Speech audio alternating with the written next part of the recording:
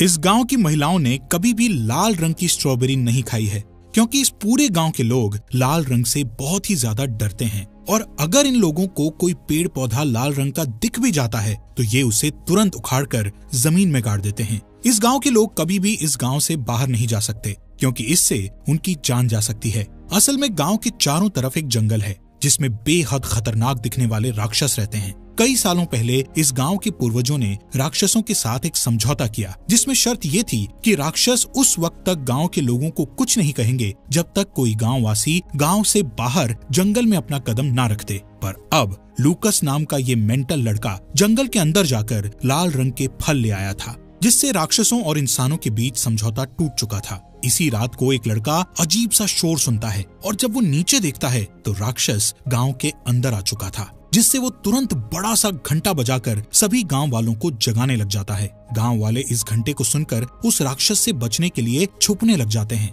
वहीं इस गांव में रहने वाली एक अंधी लड़की जिसका नाम ईवी है, वो राक्षस की दहाड़ सुनकर बहुत घबरा जाती है। राक्षस भी उसकी तरफ बढ़ रहा था। अब आगे इस कहानी में क्या क्या होता है, चलिए जानते हैं दोस्तों। तो कहानी की शुरुआत 19वीं शताब्दी से होती है, जहाँ पर हमें एक विलेज को दिखाया जाता है जिसका नाम पेंसिल्वेनिया है। हालांकि इस गांव में हर तरह की खुशहाली है, लेकिन इस गांव से कभी कोई बाहर नहीं जा सकता।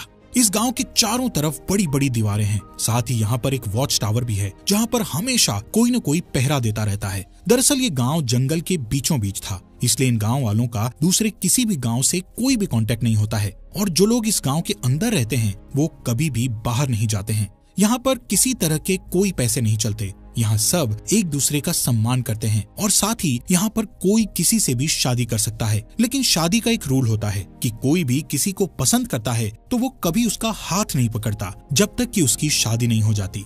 खैर, अब यहाँ पर जो सीनियर लोग रहते हैं उन्हें एल्डर्स कहा जाता है। उन एल्डर्स में से एक एल्डर के बेटे की किसी बीमारी की वजह से मौत हो जाती है। दरअसल इस गांव में किसी भी तरह की अच्छी मेडिकल फैसिलिटी नहीं है, इसलिए किसी भी तरह की बीमारी का इलाज करना यहाँ पर पूरी तरह नामुमकिन है। अगली सुबह दिखाया जाता है कि सब एक साथ बैठकर खाना खा रहे होते हैं और तभी जंगल में अजीब अजीब सी आवाजें आना शुरू हो जाती हैं, जिसे सुनकर सब लोग घबरा जाते हैं। लेकिन यहाँ पर एक लड़का होता है जिसकी दिमागी हालत ठीक नहीं है, जिसका नाम नोहा है। वो हंसने लगता है, लेकिन उसे कोई भी परेशान नहीं करता है और कोई उसका मजाक नहीं उड़ाता है, क्योंकि इस गांव में रहने वाले सब लोग एक दूसरे से बहुत प्यार करते हैं और एक दूसरे का साथ देते हैं। वहीं दूसरी तरफ दिखाया जाता है कि गांव में एक जानवर की डेड बॉडी मिलती है, जिसके बाद इस गांव के सभी एल्डर्स एक मीटिंग रखते हैं जिसमें वो डिस्कस करते हैं कि आखिर उस जानवर को किसने मारा होगा। तभी गांव का नौजवान लड़का लूसियस वहां पर आ जाता है और सभी एल्डर्स से विनती करता है कि मैं इस गाँव से बाहर जाना चाहता हूँ ताकि मैं मेडिकल फैसिलिटी को यहाँ तक ला सकूँ। हमारे आस पास जरूर दूसरे गाँव होंगे। हमारे एक साथी की अभी अभी बीमारी की वजह से मौत हो गई है। अगर हमारे पास मेडिकल फैसिलिटी होती तो हम उसे बचा सकते थे। पर लूसियस की इस रिक्वेस्ट को पूरी तरह से मना कर दिया जाता है। लूसियस की रिक्वेस्ट को मना करने का कारण ये था कि यहाँ गांव के आसपास जंगल में जितने भी क्रीचर्स थे वो पहले गांव पर आकर हमला किया करते थे, लेकिन एल्डर्स ने उनके साथ एक समझौता किया था, जिस समझौते के मुताबिक इस गांव से कोई भी कभी भी बाहर नहीं जाएगा और एल्डर्स इस समझौते को नहीं तोड़ना चाहते थे, क्योंकि अगर उन्होंने ऐसा किया तो वो क्रीचर्स गाँव में आकर एक बार फिर से इन लोगों के ऊपर हमला करेंगे। क्रीचर्स से समझौता सिर्फ यहाँ के एल्डर्स ने किया होता है और उन्होंने उन्हें देखा होता है, जबकि नई जनरेशन ने उन्हें नहीं देखा था। लेकिन नई जनरेशन को जंगल से उनकी आवाज आती रहती है और कई बार उन्हें बहुत सारे निशान भी मिलते हैं, इसलिए वो जानते थे कि जंगल के आसपास क्रीचर्स रहते हैं और लूसियस उन क्रीचर्स से नहीं डरता था, इसलिए वो जंगल में जाना चाहता है, पर उसे इस बात की इजाजत नहीं होती है। इसी गांव में एक लड़की रहती है जिसका नाम ईवी है। ईवी देख नहीं सकती और उसकी सेंसेस और उसका दिमाग बहुत तेज होता है। वो नोआ के साथ लूसियस के पास जाती है और लूसियस से कहती है कि मैं जानती हूँ कि तुम मेरा हाथ क्यों नहीं पकड़ते हो, क्योंकि तुम मुझसे प्यार करते हो। और ये बात सच होती है कि लूसियस ईवी से प्यार करता है। लूसियस के पास नोहा भी होता है जिसकी दिमागी हालत खराब है। यहाँ लूसियस देखता है कि नोहा के हाथ में वो लाल रंग का फ्रूट है जो जंगल में पाया जाता है। इस गांव के अंदर कभी भी लाल रंग नहीं लाया जाता था, चाहे वो लाल रंग का कपड़ा हो या लाल रंग का कोई फूल या फ्रूट। साथ ही जब भी गांव में कोई लाल रंग देखा जाता है तो उसे जमीन में दफन कर दिया जाता है। खैर, अब लूसियस समझ जाता है कि नोहा जंगल के अंदर गया था और क्रीचर्स ने उसे कुछ नहीं किया, इसलिए एक बार फिर से वो एल्डर्स के पास जाता है और उनसे कहता है कि नोहा के हाथ में वो लाल रंग का फ्रूट था जो सिर्फ जंगल के अंदर पाया जाता है। इसका मतलब वो जंगल में गया था और उसकी मासूमियत की वजह से क्रीचर्स ने उसे कुछ भी नहीं किया। और मैं भी क्रीचर्स से नहीं डरता हूँ, इसलिए मैं दूसरे गाँव में जाकर मेडिकल फैसिलिटी को यहाँ तक लाना चाहता हूँ, जिसके लिए मुझे इसकी इजाजत दे दी जाए। लेकिन एक बार फिर से एल्डर्स उसे मना कर देते हैं। अब लूसियस के दिमाग में सिर्फ एक ही बात चल रही होती है कि वो किसी भी तरह से इस गांव से बाहर जाकर मेडिकल फैसिलिटी को गांव तक लेकर आएगा। इसीलिए सबके मना करने के बाद भी अगली सुबह वो गांव की बाउंड्री से बाहर चला जाता है, जिस दौरान वो अपने सामने एक साये को देखता है जो कि क्रीचर्स का साया होता है। वो बाउंड्री के अंदर वापस आ जाता है। इसी रात को जो वॉच टावर पर पहरा दे रहा था, उसे अपने वॉच टावर के नीचे एक साया दिखता है जो कि क्रीचर्स का साया था। ये देखकर वो पूरी तरह डर जाता है और बेल को जोर जोर से बजाना शुरू कर देता है। बेल की आवाज सुनकर गांव वाले भी डर जाते हैं। दरअसल गांव में जितने भी घर हैं, उन सब घरों के नीचे एक बेसमेंट है और जब भी इन्हें खतरे का एहसास होता है तब सभी उस बेसमेंट में जाकर छुप जाते हैं। लेकिन ईवी अभी बाहर होती है क्योंकि वो लूसियस का इंतजार कर रही थी। तभी लूसियस आता है और उसे भी बेसमेंट में ले जाता है, जिसके बाद पूरी रात इन्हें क्रीचर्स की आवाज आती है। और अगली सुबह जब गाँव के लोग अपने बेसमेंट से निकलकर घर के बाहर आते हैं तो देखते हैं कि हर एक दरवाजे के बाहर लाल रंग का एक निशान है, जिसे देखकर सभी समझ जाते हैं कि क्रीचर्स से किया हुआ समझौता अब टूट चुका है। यानी कि क्रीचर्स ने गांव वालों को एक वार्निंग दी है। इसके बाद पूरे गांव की मीटिंग होती है जहां पर सभी एल्डर्स परेशान होते हैं कि ऐसा कैसे हो सकता है। तब लूसियस कहता है कि मैं गांव की बाउंड्री से बाहर गया था और मैंने वहां पर एक क्रीचर को देखा, इसलिए कल रात को क्रीचर्स हमारे गांव के अंदर आए। यहाँ सब जानते हैं कि लूसियस के इरादे गांव के लिए अच्छे हैं, इसलिए उसे माफ कर दिया जाता है और समझाया जाता है कि आज के बाद वो कभी भी गांव की बाउंड्री से बाहर नहीं जाएगा। वहीं ईवी की बहन की शादी होती है, जिस वजह से पूरा गांव खुश होता है। शादी के बाद जब लोग अपने अपने घरों में वापस जाते हैं तो देखते हैं कि उनके घरों के बाहर किसी ने मरे हुए जानवर को लटका रखा है। जानवरों की बॉडी देखकर सब लोग एक बार फिर से डर जाते हैं। सबको डर लगता है कि क्रीचर्स आज भी गाँव में आएंगे, इसलिए लूसियस फिर से ईवी के घर जाता है जहां वो दोनों एक साथ बैठते हैं और तय करते हैं कि जल्द ही दोनों शादी कर लेंगे। अगली सुबह पता चलता है कि नोआ, जिसकी दिमागी हालत अच्छी नहीं है, उसे बहुत गुस्सा आता है क्योंकि बचपन से वो ईवी को पसंद करता था। इस वजह से अब उसके दिल में बदले की भावना जाग उठती है, जिसके चलते नोआ लूसियस को चाकू से जख्मी कर देता है।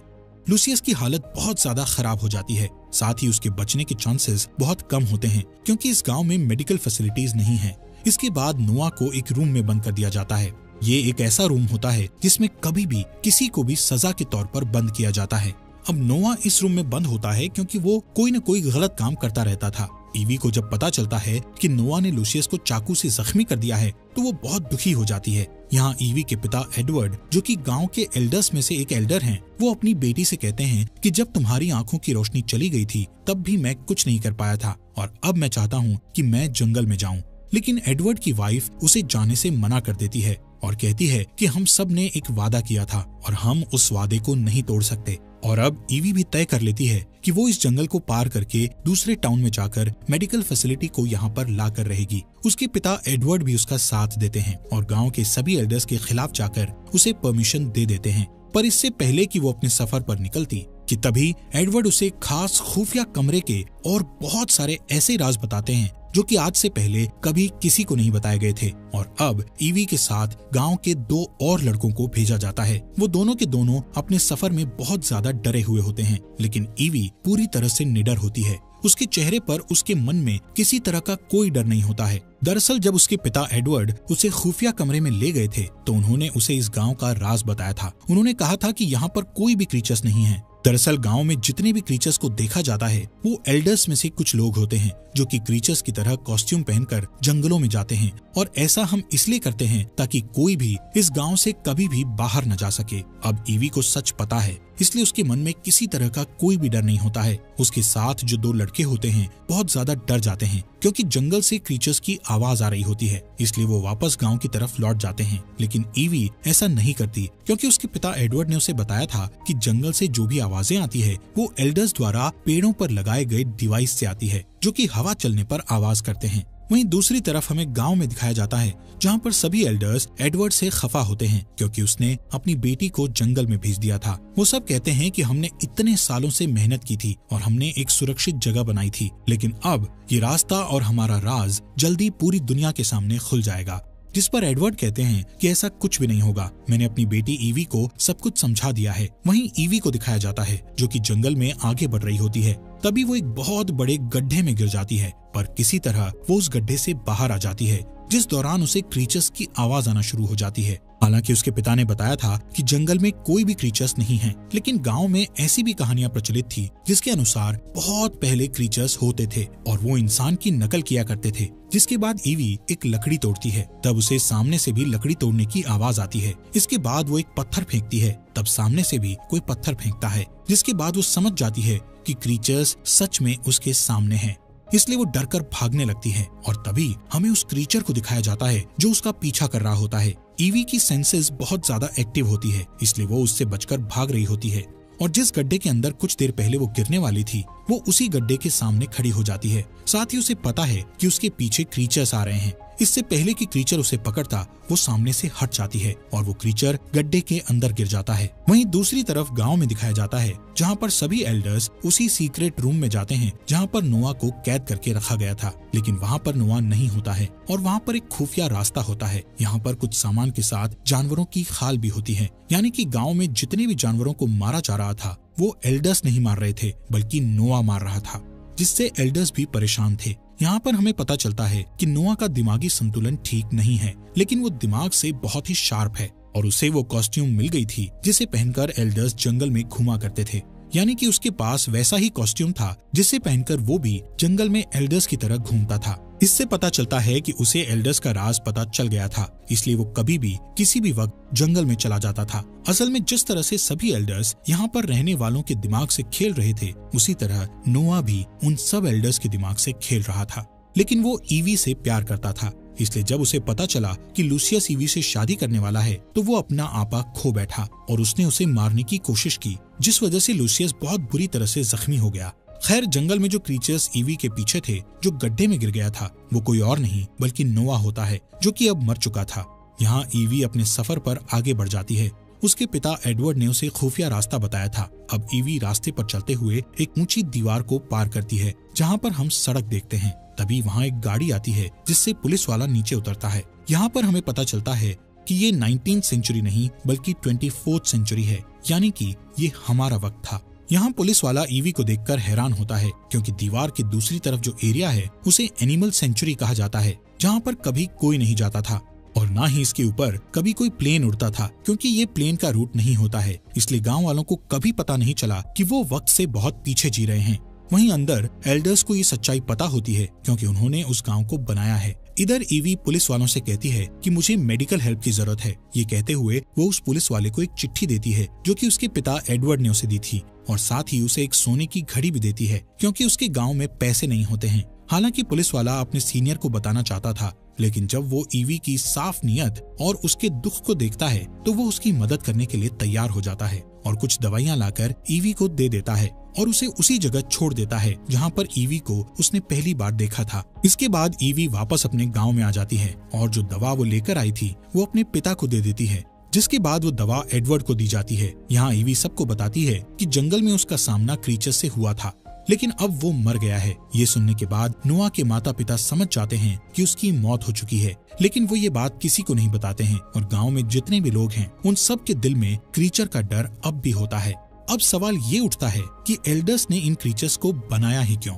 दरअसल 1972 में जब एडवर्ड एक प्रोफेसर था, तब वो उन लोगों की काउंसलिंग किया करते थे जो बहुत ज्यादा दुख में थे, और उन सब के दुख का कारण ये दुनिया थी। इस दुनिया में बढ़ते क्राइम के चलते उन सब ने अपनों को खोया था, इसलिए प्रोफेसर ने उन सब के साथ मिलकर एक प्लान बनाया, जिसमें उन्होंने ऐसे गांव को बनाया जिसके बाहर कोई भी नहीं जा सकता और न ही बाहर से कोई इंसान यहाँ पर आ सकता था। दरअसल ईवी के पिता प्रोफेसर एडवर्ड बहुत ज्यादा अमीर थे। उनके पास उनके खानदान का बहुत पैसा था और उन्होंने अपने खानदानी पैसे से इस पूरी जगह को खरीद लिया था, जिसके बीचों बीच उन्होंने इस गांव को बनाया था। साथ ही वो पुलिस को फंडिंग भी किया करते थे ताकि कोई भी दीवार के उस तरफ आने की कोशिश ना करे। इसलिए पुलिस दीवार के चारों तरफ वाली सड़क पर घुमा करती थी ताकि दीवार की दूसरी तरफ कोई भी ना जा सके। साथ ही एडवर्ड गवर्नमेंट को फंडिंग भी किया करते थे ताकि कोई भी प्लेन उस जगह के ऊपर से ना उड़े।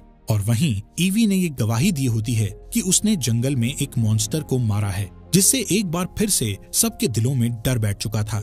यानी कि इनका राज अभी भी राज ही रहेगा। और गांव में जितने भी लोग हैं उन सबको एक पुराने तौर तरीकों वाली यानी कि 200 साल पुरानी जिंदगी को जीना होगा। ये सब बच्चे जब यहाँ पर आए थे तब वो बहुत छोटे थे और अब सब बड़े हो गए हैं, इसलिए इन्हें कुछ भी याद नहीं होता है। और इसी के साथ ये कहानी समाप्त होती है। दोस्तों, आपका दिल से शुक्रिया हमारे फॉक्स एक्सप्लेनर हिंदी चैनल को सब्सक्राइब करने के लिए।